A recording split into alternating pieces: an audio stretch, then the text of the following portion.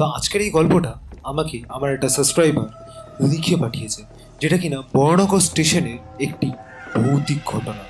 আমার সাবস্ক্রাইবারের নাম রোহন। কেমন আছো তুমি? তোমার ভিডিও আমি নিয়মিত শুনি। থ্যাংক ইউ ভাই। তোমরা না থাকলে হয়তো আজকে যেটুকু সাবস্ক্রাইবারে পৌঁছেছি সেটুকু হয়তো পৌঁছাতে পারতাম। তো তোমার ভিডিও আমি নিয়মিত দেখি, খুব ভালো লাগে তোমার গল্পগুলো শুনতে। ভৌতিক এই গল্প আমি রোজ শুনতে খুব ভালোবাসি। রাতের বেলা তোমার এই গল্প না শুনলে হয়তো আমার ঘুম আসে না। তাই আমি তোমার কাছে একটা অনুরোধ করব যে প্লিজ নিয়মিত রোজ একটা করে ভিডিও ছেড়ো। আশা করব ভাই রোজ ছাড়ার আসলে সেরকম সময় হয় না বলে ছাড়তে পারি। এবার থেকে চেষ্টা করব রোজ একটা করে ভিডিও ছাড়া। তো দাদা, আজকের এই ভিডিওটা আমি আমার একটা পার্সোনাল এক্সপিরিয়েন্স থেকে তোমাকে লিখে পাঠাচ্ছি।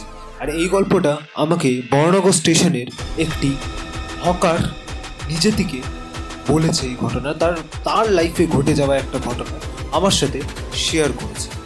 তো দাদা, বেশি লেট করবো না, চলো আজকের গল্পটা শোনা যাক।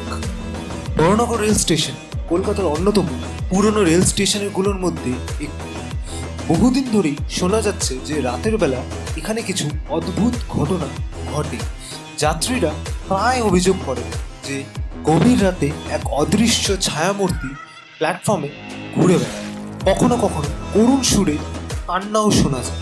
রঞ্জিত নামে এক হকার প্রতিদিনের মতন বর্ণনগর স্টেশনে চা বিস্কুট বিক্রি করতেন। তিনি বেশ রাত পর্যন্ত থাকতেন, কারণ শেষ ট্রেনের যাত্রীরা তার দোকান থেকে নিয়মিত ক্রেতা ছিলেন। একদিন গভীর রাতে শেষ ট্রেন ছেড়ে যাওয়ার পরেও তিনি কিছু কাজ গুছিয়ে নিচ্ছিলেন। ঠিক তখনই অনুভব করেন যে কেউ একজন তার দোকানের সামনে এসে দাঁড়িয়েছে। বাবু, এক কাপ চা দিবে? রঞ্জিত তাকিয়ে দেখেন সামনে দাঁড়িয়ে থাকা ব্যক্তিটি খুব অস্বাভাবিক দেখতে, একেবারে ফ্যাকাশে, চোখ দুটো অস্বাভাবিকভাবে বড়, আর তার গায়ে অদ্ভুত ধোঁয়াটে একটা ছায়া রয়েছে। ভয় পেলেও রঞ্জিত সাহস করে চা দিল।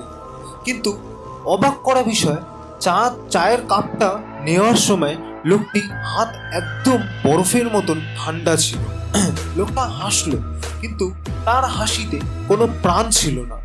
সে ধীরে ধীরে চাটা পান করতে লাগলো। কয়েক মুহূর্তর পর রঞ্জিত টাকা নিতে গিয়ে দেখলেন সামনে কেউ নেই, অথচ চায়ের কাপটি মাটিতে পড়ে আছে, কিন্তু এক ফোঁটাও চা নিচে ছিটকায় অবধি পড়েনি। ভয়ে কাঁপতে কাঁপতে রঞ্জিত দোকান বন্ধ করে তাড়াতাড়ি বাড়ি চলে গেল।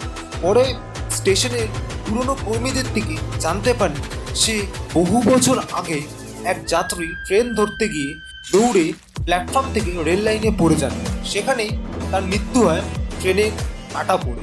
তারপর থেকে মাঝে মাঝে তার ছায়া দেখা যায়।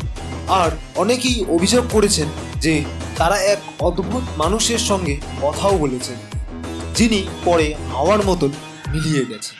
আজ গভীর রাতে বর্ণনগর স্টেশনে নির্জন প্ল্যাটফর্মে কিছু সময় দাঁড়িয়ে থাকলে অনেকেই অনুভব করেন সেই ঠান্ডা বাতাস।